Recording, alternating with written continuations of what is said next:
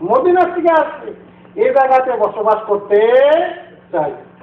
ইমাম ইবনে যাহাবী ইতিহাসের কিতাবে লেখেন যে সেখানে অনেকে সচক্ষে দেখছে যে বাঘিনী যার বাচ্চা মাত্র প্রসব হয়েছে, সেই বাঘিনী তার বাচ্চাকে কামড় দিয়া নিয়ে যাইতেছে, হাইটা যাইতেছে, দূরে চলে যেতেছে, আর মুসলমানরা সেখানে কি করতেছে? বসবাস করছে। সুবহানাল্লাহ। তাহলে মুসলমান তো ছিল, তাদের ঈমান এবং আকীদা এরকমই বিশ্বাস ছিল। আল্লাহ রাসূল সাল্লাল্লাহু আলাইহি সাল্লাম যে দোয়াগুলি বলছেন, সেই দোয়াগুলি তো এখনো কোরআনের কিতাবে আছে, হাদিসের মধ্যে আছে, আছে না ভাই? আল্লাহ রাসূল বলছেন যদি কোনো জায়গাতে তোমরা যাও তাহলে এই দোয়াটা যদি পড়ো তাহলে সেখানে দুষ্ট জিনগুলো থাকতে পারে। এই দোয়াটা কি? আউযু বিকালিমাতিল্লাহি তাম্মাতি মিন শাররি মা খালাক। কিন্তু এই দোয়া তো আমরা পড়ি, কিন্তু কাজ হচ্ছে না। সবকিছু ঠিক আছে। মুসলমান আগে কি ইসলামের প্রথম জামানাতে এরকম কোরআন লেখা হয়তো কি কোটের তামার মধ্যে, হাড্ডির মধ্যে, তারপরে কাগজের মধ্যে, এখন সুন্দর আইফোন মোবাইলের ভিতরে, কিন্তু তেলাওয়াত করা হয় না। সেখানে কি কোরআনের নকশা ছাপাই দেওয়া হচ্ছে, সেখানে তার ফুল তার দিকে ঝুলাই দেওয়া হচ্ছে, কিন্তু তার ফুল কেউ কোনোদিন আর সেখানে পড়ে না। তো এটা আল্লাহ ইকবাল বলছেন মুসলমান ইদার কিতাব মুসলমান দরগোর, যে মুসলমান যারা আমল করতো, যা আমল করা দরকার সেটা কিতাবের মধ্যে আছে, আর যারা ওই কিতাব অনুযায়ী আমল করে দুনিয়াতে নাজাত পাইছে তারা এখন গোরস্থানের মধ্যে শুয়ে আছে। কিন্তু তারপরেও ভাইরা আমরা বলতে চাই এই কথাটাই যে এগুলি তো সব গত হয়ে গেছে। আজকের আলোচনায় হয়তো আপনারা বুঝবেন যে আপনি হয়তো যা বললেন সব কথা দুঃখের কথা বললেন, কিন্তু আমরা আপনাদেরকে আশা দিতে চাই। কই বলতেন মূর্খ হলো, তারপরে কি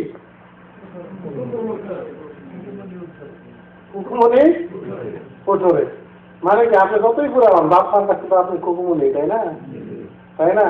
আর আল্লাহর কাছে হলেন আপনি গোলাম বান্দা, তাই না? যে যত বেশি এই গোলামি দায়ী করতে পারবে, যে যত বেশি এই আজিজি ইনকার দায়ী করতে পারবে, আল্লাহ রাব্বুল আলামিনের কাছে তার গুরুত্ব এবং মর্যাদা তত বেশি হবে, তাই না ভাই? তা কাজে খুকুমনি বললে কেউ রাগ করেন না, তাই না?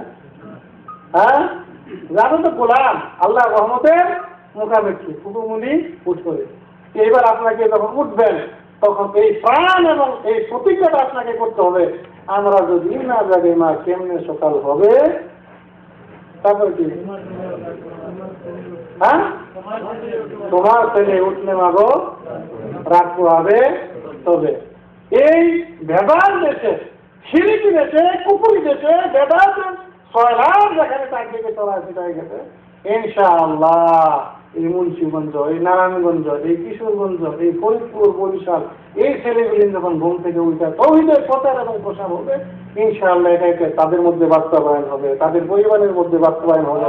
আমাদের দেশেও যেখানে চাল ডাল তেল লবণ পেঁয়াজ সব জায়গায় যেখানে ভেজাল, সেখানে হয়তো এক সময় তোমার ছেলে উঠলে মাগো রাখবো হবে। তবে এই সৈনিকগুলি যদি আপনারা দাঁড়ান আমলের বাস্তবায়ন করেন, হয়তো আমাদের সমাজে ইনশাআল্লাহ আল্লাহর রহমত হলে পরিবর্তন হতেও পারে। ঠিক আছে ভাই আমার? তবে একটা কথা, সেটা হলো কোন সময় কঠোরতা, কঠিন অন্যের সমালোচনা শুধু সমালোচনার জন্য তা না, বরং নিজের মধ্যেও ত্রুটি থাকতে পারে, নিজের মধ্যেও গলদ থাকতে পারে। মানুষের আমরা উপকার করতে না পারি, কিন্তু যেন কারোর ক্ষতি আমরা না করি।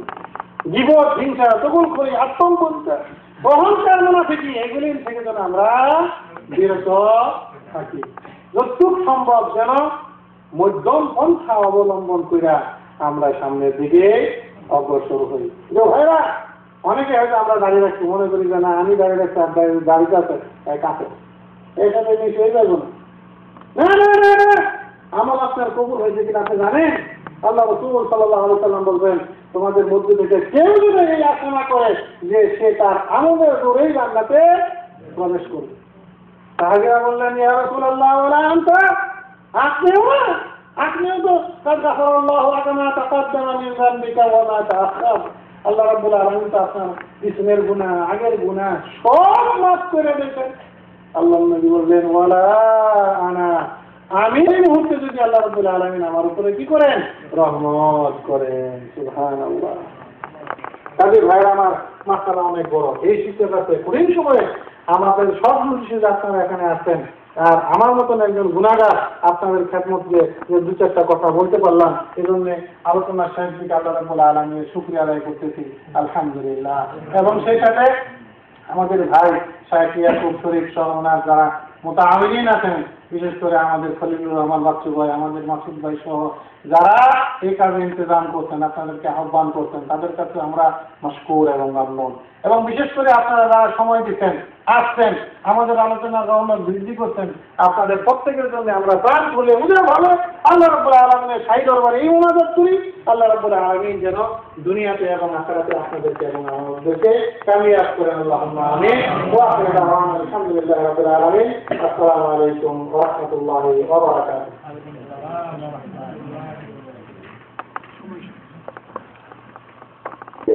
অকাঙ্ক্ষিত জিনিস যেটা ব্যাগরা থেকে দিচ্ছি, যখন আমরা পেয়ে গেছি, আমরা ওনার জন্য দোয়া করি সকলেই আল্লাহ যেন ওনাকে দীর্ঘজীবী করে, কোরআন এবং সুন্নাহর খেদমত করার জন্য আরো যেন জ্ঞানের প্রসারিত দান করে। আমরা সকালে বলে আবেন। সম্মানিত ভাইরা, আমরা শেখের মুখ থেকে যে কথাগুলো শুনছি অথবা শোনার মধ্যেও যদি কারোর যদি অমনোযোগী থাকে, আপনাদেরকে স্মরণ করে দেওয়ার জন্য আমরা চিঠি আকারও করবো, যাতে করে পকেটে রেখে দেয়। কখনো যদি অমনোযোগী হন, পকেট থেকে যেন বাইক করে এই কথাগুলোকে স্মরণ করেন। আল্লাহ যেন আমাদেরকে কোরআন সুন্নাহর জ্ঞানকে অন্বেষণ করে জীবনে আমলে বাস্তবায়ন করে টাকার হতে যেন এই আমলটাকেও যেন দেশে নিয়ে যেতে পারে। কি হয় রাজি না? আল্লাহ যেন কবুল করে। ওয়াআখিরু দাওয়ানা আলহামদুলিল্লাহি রাব্বিল আলামিন। সুবহানাকাল্লাহুম্মা ওয়া বিহামদিকা আশহাদু আল্লা ইলাহা ইল্লা আনতা আস্তাগফিরুকা ওয়া আতুবু ইলাইক। এই সম্মানিত ভাইরা, আপনারা যে কষ্ট করে আসলে এই শীতের রাত্রিতে আসছেন, এই আশাটা কিন্তু আমাদের হতে পারে আমাদের ইনশাআল্লাহ আমরা নারদ পাবো ইনশাআল্লাহ। কারণ যে কথাগুলো ভাই বললেন, আসলে যে আমাদের মাঝে বিপদ দেখে না, আসলে আপনাকে তো সরল সোজা মানুষ, ঠিকই না? সাধারণ মানুষ সরল, আর আমরা কিন্তু আসলে পেটের মূল। ওই যে ভাই বলছেন না, কথা বলি যে ব্যাখ্যা কি অনেক সময় কি গায়ে দেওয়া করা কি আসলে এইগুলি কিন্তু ইহুদি এবং খ্রিস্টানদের স্বভাব। ভাবনা জানিয়ে এসব বলছি আসলে যে যাই নয় আমি আপনাদেরকে জানালাম না, সত্যটা আমি গোপন রাখাম না ভাই, সত্যকে গোপন রাখার কারণে কে আমাদের দিন রব্বুল আলামিন কি আমাকে ধরবেন না ভাই? অবশ্যই ধরবেন। তো সেজন্য যাতে আমরা সত্যকে গোপন না রাখি, আপনারা প্রচার আসছেন খামারের জন্য, এর সাথে আপনার দিন শেখার জন্য শুধু আপনার শ্রম দেন, বই পুস্তক করেন, বলতে শুনেন, ইনশাআল্লাহ আপনারা কি বাংলাদেশে যে সঠিক তথ্য কি নিজেও কি রাখতে পারবেন এবং আপনার পরিবার পর্যন্ত দিতে পারবেন ইনশাআল্লাহ। তা আপনারা ইনশাআল্লাহ পরবর্তী সময়ে আমরা যখন আপনাদের ডাকবো, কি আপনারা আসবেন না? তারপরে আমরা খুশিতে কষ্ট আর আমরা যাবো না। আমি আপনাদেরকে অসংখ্য ধন্যবাদ জানাই যে আপনারা এই আমাদের মেহমানের কথা শুনলেন। উনি আমার ছোট ভাইয়ের মতন, আমরা একসাথে মনে লেখাপড়া করেছি। তো উনি আসলে খবর থেকে আসছেন আমার কাছে ধরানোর জন্য। এই প্রেক্ষাপটে আমরা মুক্তির কিছু মূল্যবান বক্তব্য শুনলাম। আল্লাহ পাক আমাদেরকে আমাদের পর্যন্ত প্রদান করুন। আল্লাহ আমিন। সুবহানাকাল্লাহুম্মা ওয়া বিহামদিকা আশহাদু আল্লা ইলাহা ইল্লা আনতা আস্তাগফিরুকা ওয়া আতুবু ইলাইক। যে আপনারা এখন খাবার জন্য